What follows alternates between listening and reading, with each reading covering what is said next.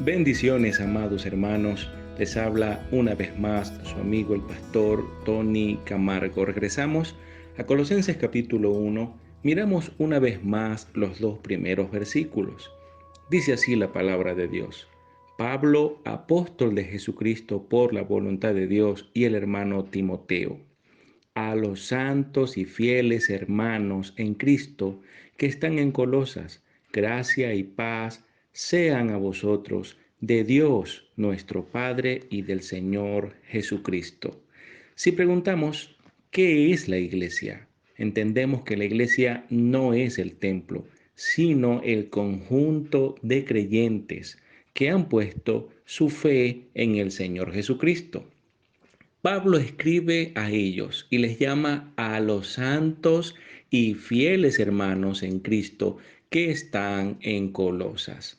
Santos y fieles hermanos no se refiere a dos grupos distintos. Los santos son los fieles hermanos. Por lo tanto, Pablo aquí les está dando un doble calificativo. Lo llama santos y los llama fieles hermanos. Eso somos nosotros. Número uno, somos santos. El término santo se traduce del término griego agios. Es el término que traduce para nosotros esa palabra.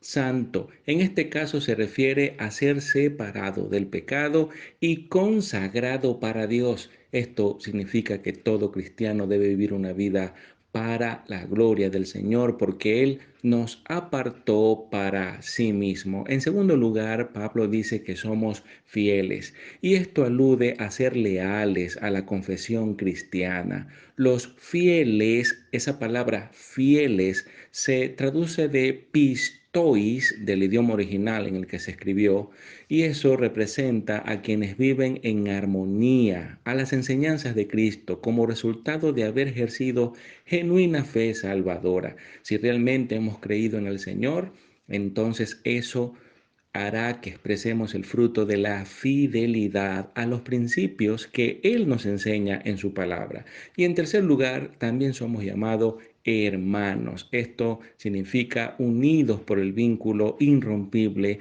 de la fe cristiana.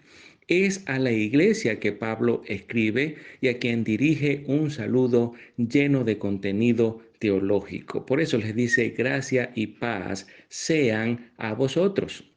El apóstol desea para los creyentes toda la bendición posible. La gracia incluye el favor divino con toda su eficacia espiritual. La gracia es la causa eficiente de la salvación. Nadie se ha salvado, se salva o se salvará que no sea por gracia, mediante la fe en el Señor Jesucristo. Ahora bien, la gracia que salva es también la gracia que sustenta, como escribe Santiago, cuando tratando de las pruebas y dificultades de la vida, dice que Dios da mayor gracia, allá en Santiago capítulo 4, en el versículo 6. Esta asistencia de la gracia permite que el creyente lleve a efecto la vida de santificación, operando en él.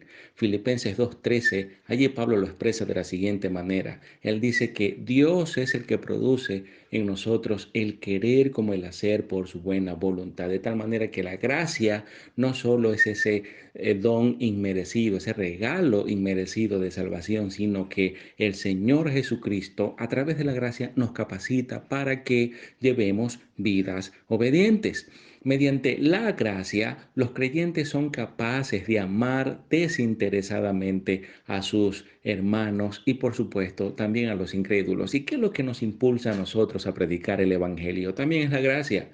La gracia nos llena del mismo amor de Dios para amar a Dios, para amar a nuestros hermanos y para amar a los perdidos, y por eso predicamos la verdad del Evangelio, porque deseamos que las personas escuchen el Evangelio, se arrepientan y reciban salvación.